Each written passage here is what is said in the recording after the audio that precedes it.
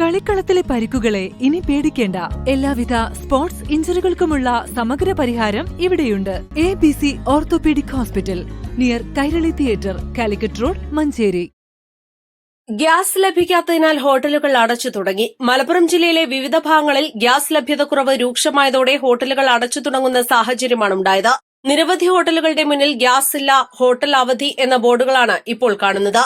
ഏജൻസികളിൽ നിന്ന് കഴിഞ്ഞ 8 ദിവസത്തോളമായി ഗ്യാസ് ലഭിക്കാത്തതാണ് പ്രതിസന്ധിക്ക് കാരണമെന്നാണ് ഹോട്ടൽ ഉടമകൾ പറയുന്നത്.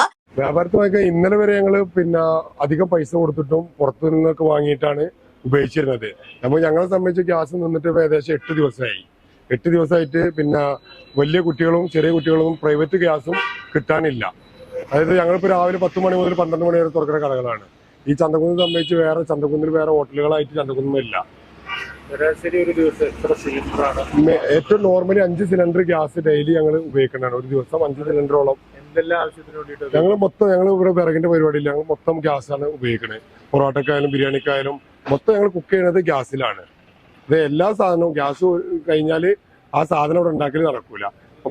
ചന്തക്കുന്ന് ഈ കടയല്ലാതെ മറ്റേതെങ്കിലും കടകൾ? ചന്തക്കുന്ന് പോയി റമദാൻ വന്ന ശേഷം ചന്തക്കുന്ന് ഞാൻ മാത്രമേ തുറക്കാറുള്ളൂ. ഇവിടെ വേറെ കടകളൊക്കെ അടവാണ്. പിന്നെ കുറച്ച് അപ്പുറത്തേക്കും ഇപ്പുറത്തേക്കൊക്കെ ഉണ്ട്. ചന്തക്കുന്നിൽ ലോഡ്ജ് സംബന്ധമായിട്ടും യാത്രക്കാരും ഉദ്യോഗസ്ഥന്മാരും ജോലിക്കാരും തൊഴിലാളികളും കൂടുതൽ ആശ്രയിക്കുന്ന ഒരു കടയാണ് കല്യാണപുര ബിരിയാണി സെന്റർ.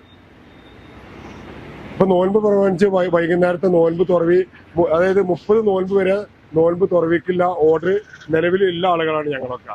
പക്ഷെ എന്താ വെച്ചാല് ഇനി ഇത് എന്ത് ചെയ്യുമെന്ന പ്രതിസന്ധിയിലാണ് ഇപ്പോൾ നിൽക്കുന്നത്.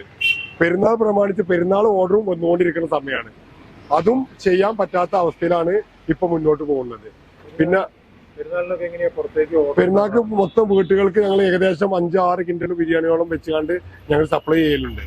അതും ഓർഡർ നിലവിൽ വന്ന ഓർഡറും ഇനി വരാനുള്ള ഓർഡറും ഒന്നും ചെയ്യാൻ പറ്റാത്ത അവസ്ഥയാണ്. പിന്നെ 10-12 തൊഴിലാളികൾ ജോലി ചെയ്യുന്ന ഒരു സ്ഥാപനമാണ്.